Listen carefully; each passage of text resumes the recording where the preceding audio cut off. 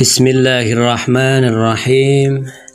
Assalamualaikum warahmatullahi wabarakatuh. Innal hamdalillah nahmaduhu wa nasta'inuhu wa nastaghfiruh wa na'udzu billahi min shururi anfusina wa min sayyiati a'malina. May yahdihillahu fala mudhillalah wa may yudlil fala hadiyalah. Asyhadu an la ilaha illallah wahdahu la syarikalah wa asyhadu anna Muhammadan abduhu wa rasuluh. Allahumma salli ala sayyidina Muhammad wa ala ali sayyidina Muhammad. Amma ba'd. Anak-anakku kelas 1 dan kelas 4 yang Bapak cintai, pada hari ini Bapak akan menjelaskan materi tentang sholat. Pada hari kiamat kelak, semua umat manusia akan dikumpulkan di padang mahsyar dan menghadapi hari perhitungan yaumul hisab. Semua amalnya akan dilihat dan ditimbang oleh malaikat. Amalan pertama yang akan dihisab di pengadilan Allah yaitu adalah sholat. Dalam sebuah hadis Rasulullah SAW bersabda, sesungguhnya amal yang pertama kali dihisab pada seorang hamba pada hari kiamat adalah sholatnya. Maka jika sholatnya baik, sungguh ia telah beruntung dan berhasil. Dan jika sholatnya rusak, sungguh ia telah gagal dan rugi.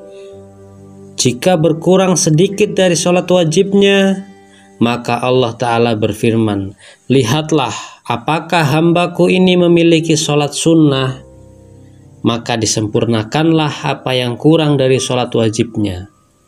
Kemudian begitu pula dengan seluruh amalnya. Dari hadis ini dapat kita pahami bahwa sholat itu adalah amalan pertama yang akan ditanyakan dari seorang muslim pada hari kiamat nanti. Kemudian kita pahami juga bahwasanya sholat itu semacam tolak ukur untuk mengetahui kualitas seorang muslim. Karena jika sholatnya baik, maka baiklah ia. Demikian pula sebaliknya, jika sholatnya rusak, maka rusak pula seluruh amalnya. Selain itu disebutkan juga dalam hadis tersebut bahwa sholat sunnah juga sangat penting. Karena jika ada yang kurang dalam sholat wajibnya, mungkin sholatnya kurang khusyuk, atau sholatnya telat, sholat subuhnya kesiangan, maka sholat sunnahnya lah yang akan menutupi kekurangan tersebut. Maka mari bagi yang belum sholat, wajib baginya untuk melaksanakan sholat, menjalankan sholat agar selamat di dunia dan di akhirat. Bagi yang sudah sholat, istiqomahkan sholatnya dan renungi bacaan-bacaan yang ada dalam gerakan sholat. Semoga sholat kita menjadi sholat yang berkualitas dan diberikan kekhusyuan dalam sholat kita, karena khusyuk itu adalah pemberian dari Allah. Syarat-syarat khusyuk sholat kita harus tenang. Jangan buru-buru, pahami yang kita baca, hayalkan lafaznya, sholatnya juga tepat pada waktunya agar tidak terburu-buru. Kemudian kita jauhkan dari gangguan suara-suara seperti televisi dan lain-lainnya agar sholat kita bisa tenang, dan mintalah kepada Allah supaya Allah memberikan kekhusyuan. Dan juga perbanyak sholat sunnahnya untuk memperbaiki kekurangan dalam sholat wajib. Bagaimana supaya sholat kita sah? Syarat-syarat sah sholat yang pertama adalah telah masuk waktu sholat, ya. Ketika kita mau sholat subuh, kita pastikan waktunya itu sudah masuk sholat subuh. Kemudian menghadap kiblat, ya, menghadap kiblat. Kemudian menutup aurat. Menutup aurat bagi laki-laki itu dari bawah lutut sampai atas pusar, ya. Kalau perempuan seluruh badan kecuali wajah dan telapak tangan.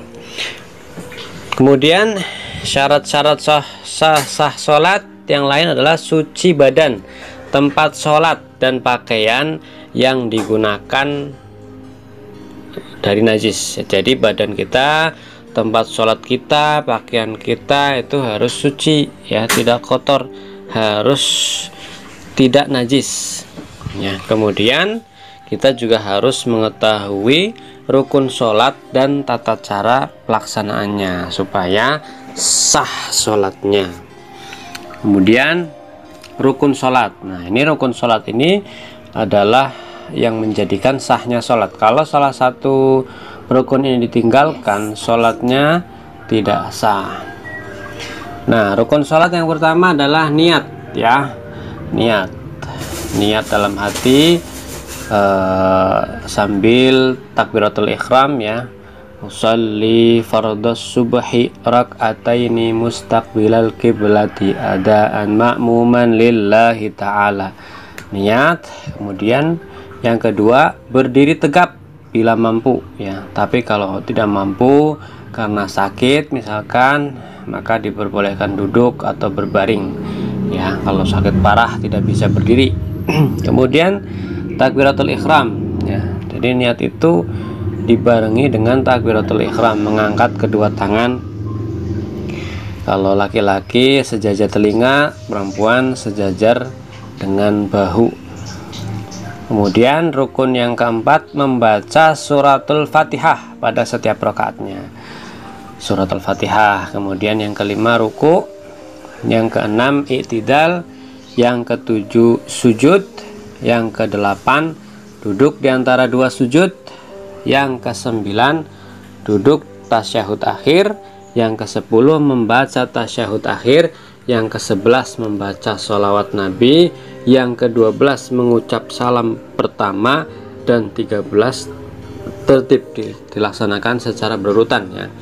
Nggak boleh acak. Kalau acak nggak sah sholatnya. Jadi ada 13 rukun sholat yang tidak bisa, yang tidak boleh kita tinggalkan ketika sholat. Nah, ini contohnya takbiratul ihram. Ini contohnya perempuan, ya, mengangkat kedua tangan sejajar bahu, takbiratul ihram sambil niat. Kemudian doa iftitah, dilanjutkan surah Al-Fatihah dan surat lain. Kemudian ruku, ya, subhana rabbiyal azimi wa bihamdi. Ruku itu harus lurus, ya, tidak boleh terlalu merunduk atau menengadah. Kemudian bangkit dari ruku atau i'tidal, sami Allahu liman hamidah, rabbana lakal hamdu. Kemudian sujud. Kemudian duduk di antara dua sujud. Kemudian sujud lagi. Kemudian berdiri lagi rakaat kedua, sama seperti rakaat pertama, baca surat Al-Fatihah, kemudian surat lain. Kemudian duduk tasyahud akhir, membaca tahiyat dan salam.